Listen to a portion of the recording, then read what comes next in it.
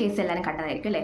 Amoebic meningo encephalitis ബാധിച്ച് മരിച്ച ഒരു കുട്ടിയുടെ അച്ഛൻ ആ ഒരു കേസുമായിട്ട് ഡയറക്റ്റ്ലി ബന്ധമില്ലാത്ത ഒരു ഡോക്ടറെ ഡ്യൂട്ടിയിലായിരുന്ന ടൈമിൽ പോയി വെട്ടി പരിക്കേൽപ്പിച്ചു.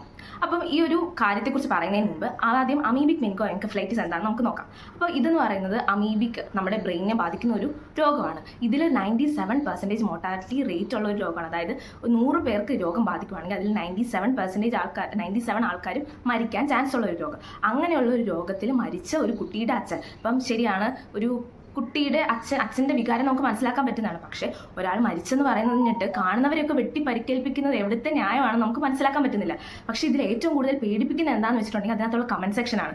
അച്ഛൻ്റെ ഒപ്പം, അല്ലെങ്കിൽ അച്ഛൻ മാസാണ്, ഈ ഡോക്ടർക്ക് ഇത് തന്നെ വേണം. പിന്നെ ഞാൻ കണ്ട വേറൊരു കമൻറ്റ് എന്ന് പറയുന്നത് അയാൾ മരിച്ചോ, അല്ലെങ്കിൽ അയാൾ മരിച്ചോന്നല്ല, ആ ഡോക്ടർ ചത്തോ, ഇങ്ങനെയൊക്കെ ചോദിക്കുന്ന നമ്മുടെ കേരളത്തിലെ ജനങ്ങളെ എങ്ങനെ പറഞ്ഞ് മനസ്സിലാക്കണം എന്ന് മനസ്സിലാവുന്നില്ല. കാരണം 97% ആൾക്കാർ മരിക്കാൻ ചാൻസ് ഉള്ള ഒരു രോഗത്തിന് അത് ഡോക്ടറിന്റെ പിഴവ് കൊണ്ടല്ല സംഭവിച്ചത്. എന്നിട്ട് പോലും ഒരു കാരണമില്ലാതെ ഡോക്ടറിനെ കുറ്റപ്പെടുത്തുകയും ഈ ക്രിമിനലിനെ ന്യായീകരിക്കുന്ന രീതിയിലാണ് നമ്മുടെ കമന്റ് സെക്ഷനൊക്കെ വരുന്നത്.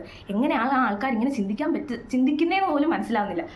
ഇങ്ങനെയുള്ള ഒരു സമൂഹത്തിൽ നമ്മൾ എങ്ങനെയാണ് ഇനി ജോലി ചെയ്യുക? ഒരു ധൈര്യമായിട്ട് നമ്മൾ എങ്ങനെ ഹോസ്പിറ്റലിൽ നിന്ന് ഒരു ഡോക്ടറിന് വർക്ക് ചെയ്യാൻ പറ്റും?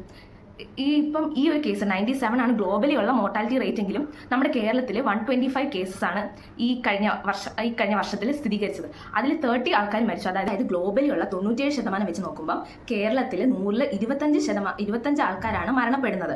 അപ്പം ഇതിനായിട്ട് ഡോക്ടേഴ്സ് എടുക്കുന്ന എഫേർട്ടിനെ കുറിച്ചോ എത്രത്തോളം കഷ്ടപ്പെട്ടിട്ടാണ് അവർ ഓരോ രോഗിയെ പരിചരിക്കുന്നത് ഇതിനെക്കുറിച്ചൊന്നും ഒരു മാധ്യമ പ്രവർത്തകരോ അല്ലെങ്കിൽ ഒരു ആൾക്കാരും റിപ്പോർട്ട് ചെയ്യുന്നുമില്ല. അതൊന്നും ആരും സമ്മതിച്ച് തരുന്നുമില്ല.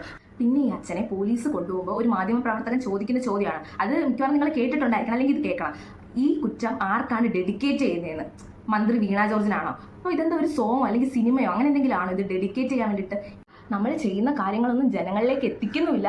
പിന്നെ ഇങ്ങനെ ഒരു കുറ്റം ചെയ്യുന്ന ടൈമിൽ അവരെ പ്രോത്സാഹിപ്പിക്കുന്ന രീതിയിലുള്ള ക്വസ്റ്റ്യൻ ആണോ ചോദിക്കേണ്ടത്? ലേശം ബോധം